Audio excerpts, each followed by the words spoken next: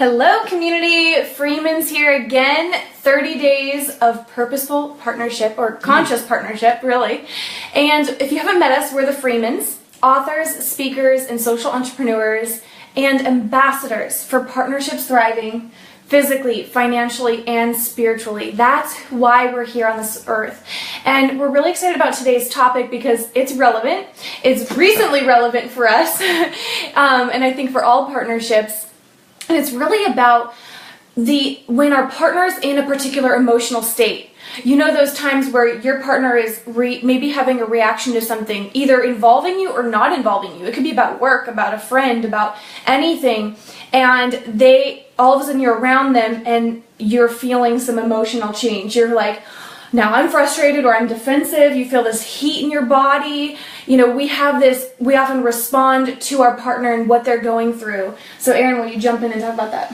So here's the topic. The topic is being affected by your partner's emotional state and actually having that change your state. You know, it happens so often, maybe we're only speaking to ourselves, but if this happens to you, you know, why is it? And really the whole game of life is to continue to stay in a aligned state, a state of peace, a state of love, a state of enjoy, happiness, all that. And yet here's this partner, when they're out of alignment, something's happened with them, how that throws us off, right? So this is being affected. And why I said affected, because if you look at even in the definition, affected is being influenced by an external force. And that's so true to what this is like. So just tell me if this resonates with you. You're having a great day. It's sunny outside. It's just like you meditated, you connected in the morning, you worked out, like life is going awesome. And all of a sudden your partner comes in with They're fired up. They're fired up. And it's like, why isn't my project moving the way it's supposed to? Like, this shouldn't be happening. Or Jan at the office, I can't believe that she made that part of the project be my fault, right? And it's like, that shift in energy even brings you down, shifts your energy down, right? And it's like, so often, I'm just going to go right to it for me and Jocelyn here, instead of talking around it. It's like a lot of times when we go speak, something will happen while we're speaking. The other one says something maybe in reaction to, or just like kind of makes a quick note, and it's not personal, but the other one may take it as personal and automatically the state shifts. And I can even tell, right? When your partner, you can feel when something has happened over here. And as much as I try to deny it, as much as I try to just limit it, no, I'm fine. It shifts the energy for me, and it's such an interesting topic that we wanted to bring up. What can we do about this when you feel that shift and it has nothing really to do with you? I think something that really has empowered me in recent years is understanding more about emotion, energy in motion. I grew up in a house where it wasn't always embraced to really share our emotions, right? So I have had to overcome, in a way, suppressing my emotion. And now that Aaron does hold a space for me to do that, I'm learning, okay, when this energy comes up, because emotion is energy in motion, when I have this energy come up, maybe I'm defensive, maybe I'm sad, maybe I feel hurt. You know, there's times where maybe he says something and it doesn't mean anything to me, but I take it so personally and I start to feel this heat in my chest. Maybe my face starts to feel warm, my eyes are maybe starting to water, right? It's this energy in motion. And then our breakthrough is him not then reacting, right? And so I'm having this energy in motion, and we're all learning, and purposeful partnership is, how can we let our partner have their experience while still holding our emotional state? And so first, I think I just want to underscore that emotion is energy in motion, and it's never directed at someone. So we really quickly can take it personally. Although it totally feels like it does sometimes. Yeah, I mean, and actually, at times it is. I mean, you say it is on me that your state has changed. Yeah, and so it does feel like it comes over in this direction. And I do want to share one thing that doesn't work, because for me, and I want to say for most males, if you read or listen to Men Are From Mars, Women Are From Venus, it talks about the difference between communicating men and women, female and masculine energy. And for guys, it really is about like we retreat and attract, and I can only speak for myself, but in those times, the way in which I try to defend having my energy go down is to basically say, I don't have anything to do with that, deal with that yourself, and this is all internal, and actually remove and isolate myself to be like, let me take care of this myself. And what that looks like is me stopping communicating with her. I even stop talking. I stop talking with her. I stop like looking at her. And a lot of times we'll be in the car driving away from an event, and it's like we sit in silence at times. And for me, that's because that's the only way I know currently to try to hold my energy in a state. And yet when I really think about it, I can feel the disconnection. I can feel the tension even going between us by me isolating. And so that's one way I have tried to do it, and I can just share that doesn't actually do anything. It's totally a defensive strategy because I haven't like all the way figured out how to manage holding my energy in a place that isn't affected by where Jocelyn's maybe, or vice versa. And something people ask a lot of couples say, should we try to deal with it right now? So imagine one person gets heated, one person gets emotionally charged, and then that triggers the next person to get emotionally charged. Do we deal with it right then? Like, do we go head to head? Because sometimes we're in this emotionally charged state, which brings up people dealing with it in a way that their ego knows how to deal with it, maybe yelling or getting frustrated, or some people stop talking. Like, that's their reaction. So something that we have found that's really been effective for ourselves and some people that we've worked with is in really, sometimes you need to break the space. Like, to actually have another emotional release, because what you're going to say in that moment isn't often the truth anyway. And so you have to check in with yourself. Is it in the highest and best right now that I converse with them to work this out, or is it in the highest and best that I actually go for a walk?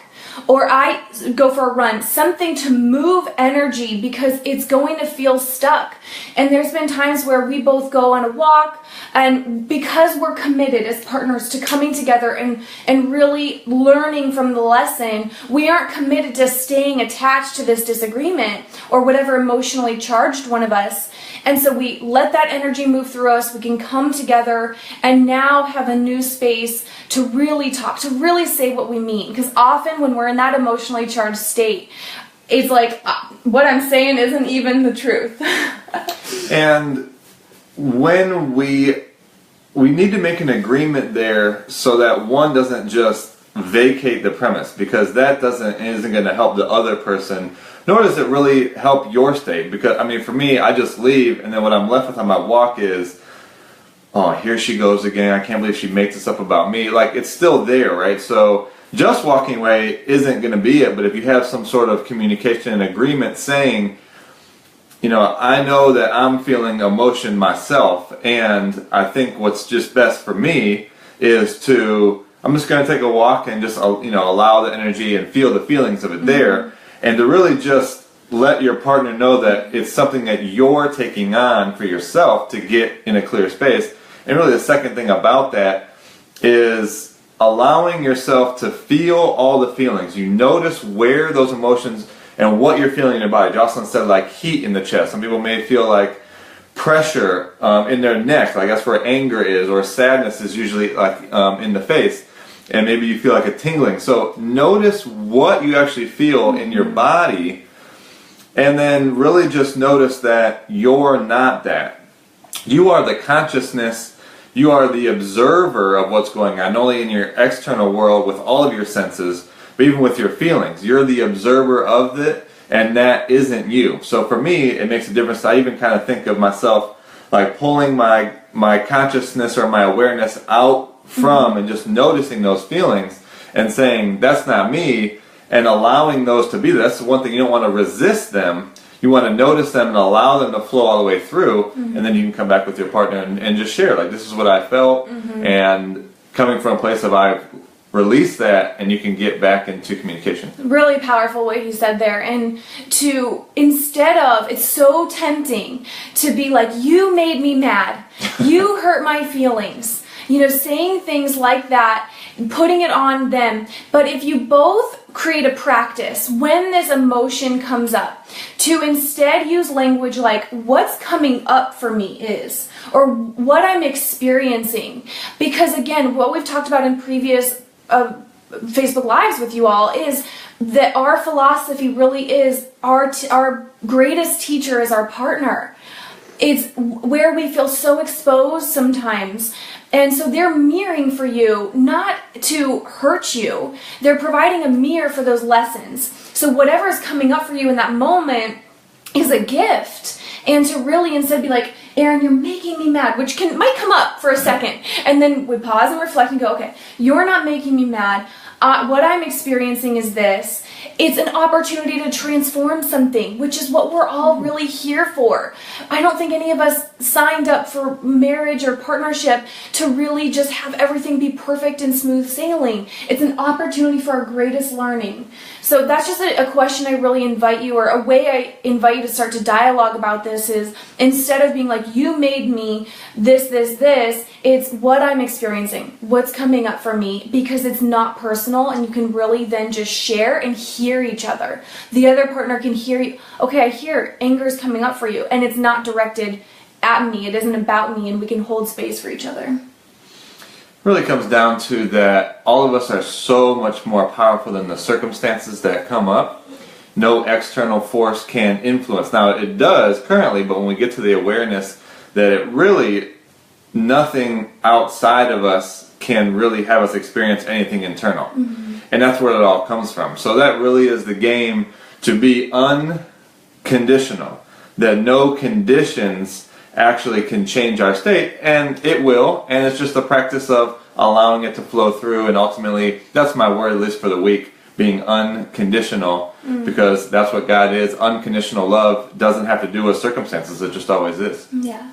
Well, thanks for tuning in today. Please write any comments, questions, notes. We love to communicate with you all. We're the Freemans, and we're actually headed to Portland, headed to the airport right now. We'll be on stage right before Tony Robbins, so if you happen to see that, give us a shout out, let us know. We really love to connect with you all, so stay connected. We'll talk to you soon.